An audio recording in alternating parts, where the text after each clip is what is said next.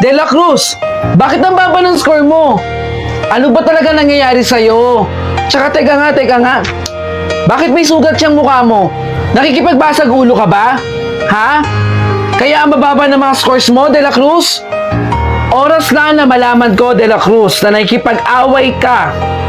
Ipapatawag ko magulang mo. Nagkakaintindihan ba tayo? Opo, ma'am. Pasensya na po. Sige na, pwede ka nang maupo. Ayusin na lang sa susunod. Ayos. Hoy, De La Cruz, kung gusto mong makipag-away, sabihin mo sa akin, ha? Magsusuntukan tayo. Dito mismo. Anong sinasabi mo? Huwag kang mag-aangas dito, De La Cruz. De Guzman lang ang maangas dito. Tama na, De Guzman. Isa pa, De La Cruz, ha? Namumuro ka sa akin. Dudurugin ko yung mukha mo. Pweh!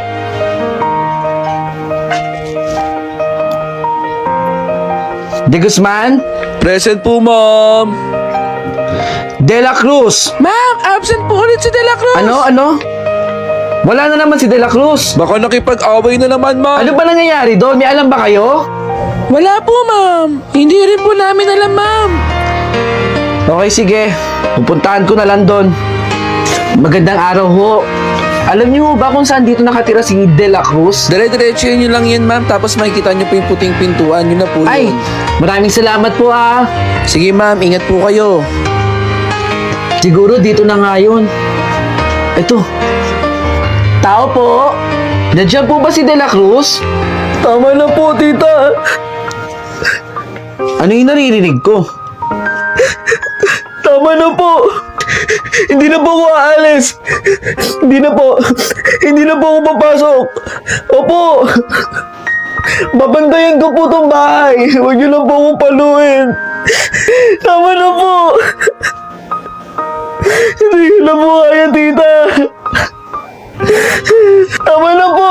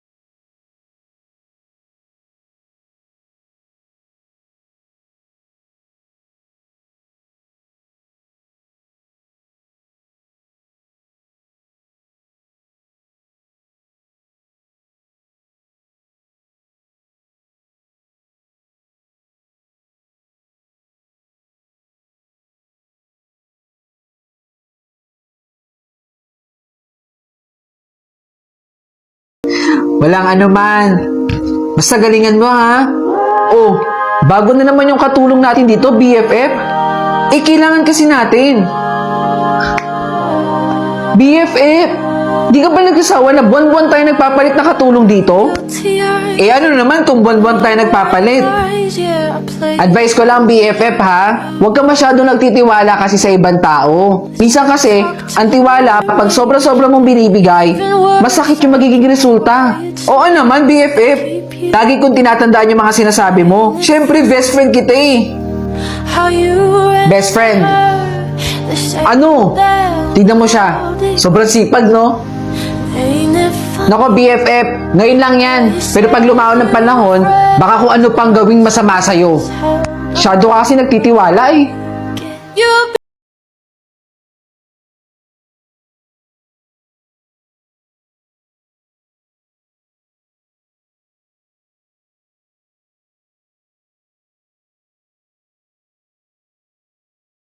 Na nga ba sinasabi ko sa'yo eh. Baka yung bagong katulong mo. Di ba kasi sinabihan kita na huwag ka masyadong nagtitiwala? Tanungin mo kaya siya. Ay naku, best friend. Sige.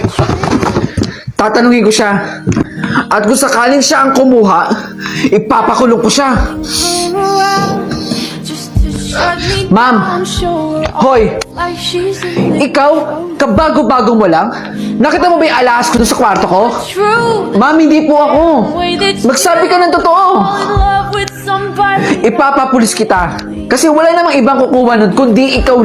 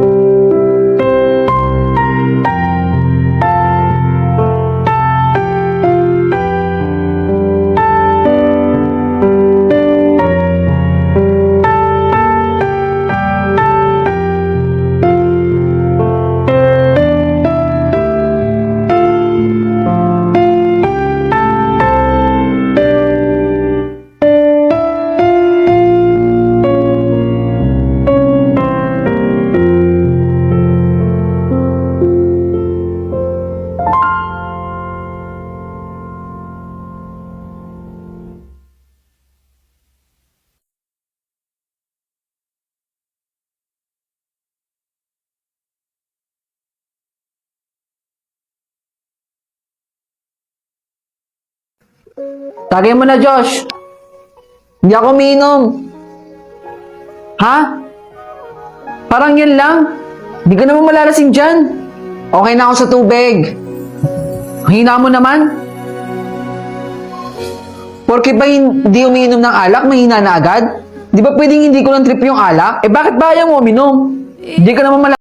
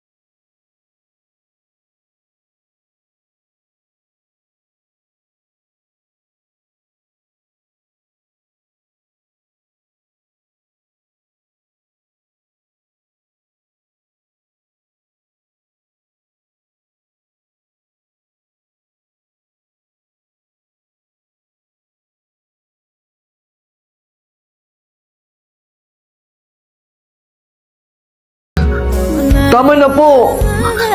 Huwag mo nang saktan si Mama. Matulog ka na. Manahimik ka diyang bata ka. Wala kang alam. Tama na, Jose. Maawa ka sa akin. Anak, Ma, wala na ang tatay mo. ha? Hindi na siya nagising.